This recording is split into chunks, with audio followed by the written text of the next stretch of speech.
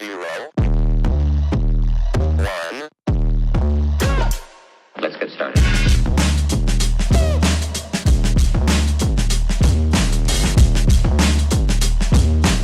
Hello everybody and welcome to another episode of the Black and White United show. I'm your host Andreas. Thank you so much for tuning in this evening. So today, two things. We're going to be doing a player focus on a certain individual, and we're going to also ask a what if question, which I'm going to put out there to everybody, which I want to see your opinions. So I'm guessing by the cover photo of this video on YouTube, you know who we're talking about. So let's just get straight into it. So my player focus for tonight's video is Jordan GOEY. Now, there's a lot of questions that's been asked about him in regards to his fitness and stuff, and can he last a full season? I've noticed, well, everyone's noticed in the past 3 or 4 years, he's basically had a mini preseason within the season. So it's all about, for me, if he can go the whole distance of the season, which we're going to talk about in a second. But Geordie was drafted to Collingwood in 2015. So this is his 10th year now at the club. He's played 171 games. So he's going to be just short if we play a full season and go to the very end of hitting the 200 this year. Now, with all the games that he's missed throughout the season, throughout the last few seasons, very similar to Jamie Elliott, who we spoke about the other night, he would be like Jordan GOEY would be well past 200 now. He'd be pushing probably 250 if he had a better run with injuries, suspension, and stuff like that. So the main question that we need to ask about Geordie, and I think we're going to find out this year 110%, is midfield or forward. Now, in my team of the year, which I posted in the back end of last year,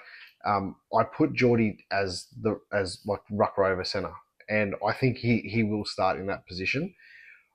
But does he last there the entire game? I highly doubt it. I don't think he's that midfielder that gets the ball, breaks it, the speed, the power, but I don't think he's got the longevity to do that the entire game. He's got moments. He's a match winner, and you put him in the moment, and he'll deliver. In order for us to, I think, see that this year, from a fan's perspective, you're going to have to rotate him in the forward line. I mean, if you go back to the 2018 season where he played majority up forward, I know that was a long time ago now, but he's a different breed up forward. And I think he will finish his career off when the time comes in the forward line, and we'll have a new wave of midfielders coming in. Obviously, Tom McGowan's coming in. So you'll see in the next 12, 24 months, the midfield will change, and that'll solely focus around Nick Dacos. 100% it will.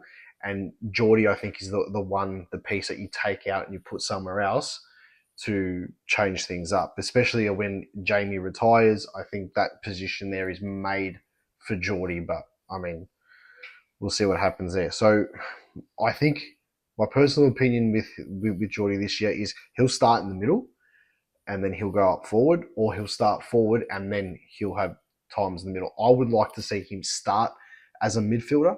I would like to see him, for 80% of each quarter be in the midfield and just rack up the possessions, go up forward, kick a couple of crucial goals. We saw what he did against Adelaide last season. He kicked the match winner. He's just got the smarts in the forward line.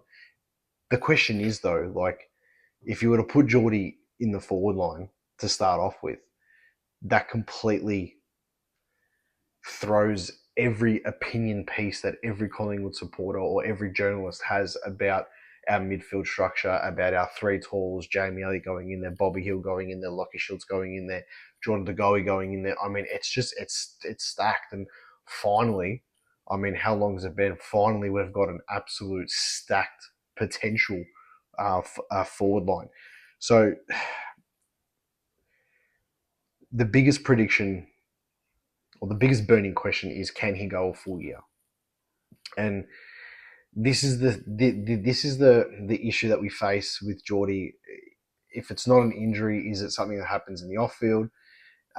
Is it a pre-season injury, which he's come back from now? He's done extra training and stuff, so he looks to be a lot leaner. When I saw him, when I went to that training at the end of last year, or I did the vlog on just before I started filming, he was doing laps and stuff around, and he looked a lot leaner. which is really good. I mean, if he gets his running capacity up even more, and you've got that like bursting speed, plus he's able to go and go and go, he might not need to go on the forward line then. But I mean, that's just the wait and see. Um, the ultimate goal for Geordie, I would think, this year, as for himself and for the club moving forward, is you'd want to see him finish in the top 5 in the Copeland Trophy. I haven't done my research before this video, so I probably should have, but I don't think, from memory, he has finished in the top 5 of our best and fairest since he came. I know in 2023, the Premiership year, he finished 8th or 9th, I think it was.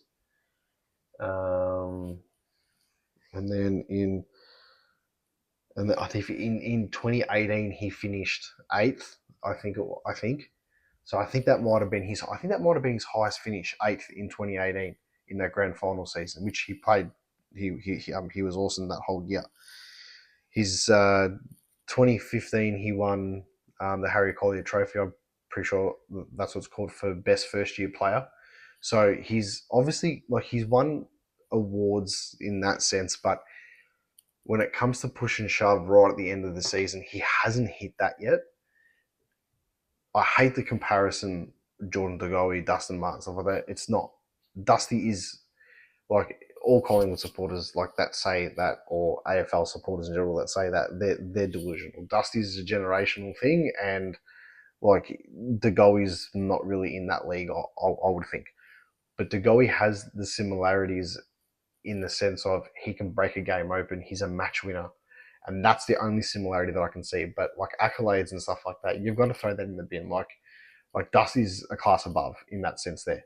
But the way Geordie complements our team, it's sort of, he's got that. I mean, I'm not comparing him to him, but he's got that similarity to when Buckley breaks a pack. When Buckley got the ball and he went, Geordie's got that too. And it's that bull, that burst of speed. And in 23, when he came back in that second half of the season, it was on. And I think that's the Geordie that we need.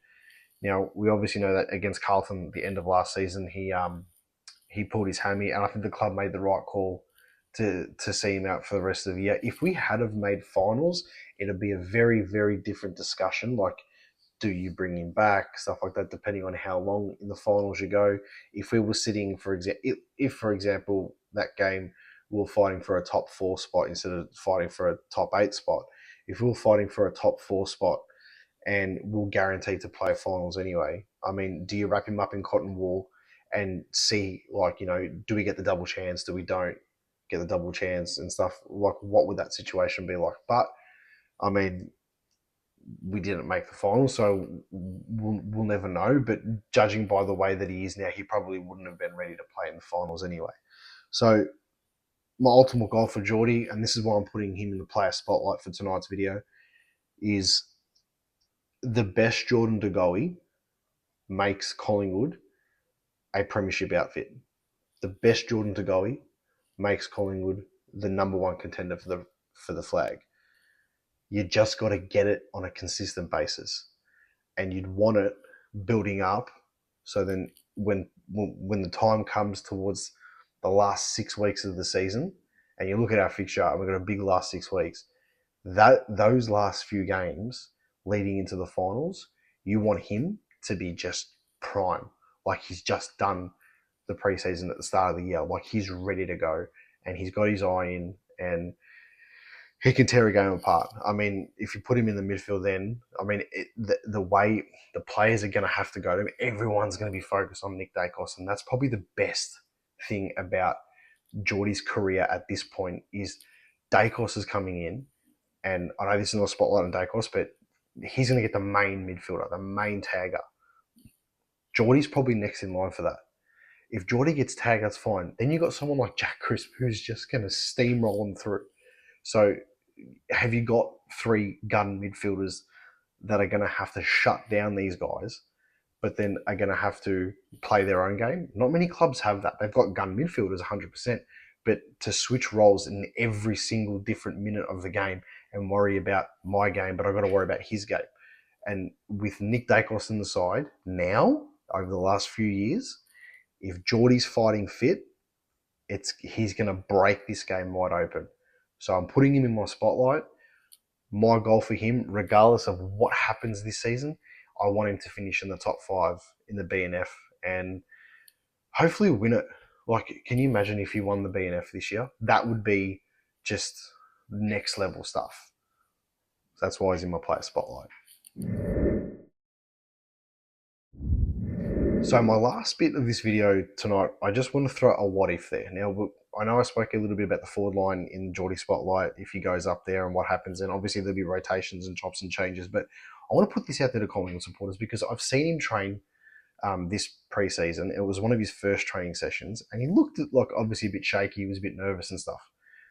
But what happens if Charlie West dominates in the VFL? Like, I'm talking, like, let's say first half of the season, the VFL, the Pies are mid-table, pushing towards, the top 6 or whatever. We're having a good season. Or actually, we could be anywhere. But let's just say we're doing all right.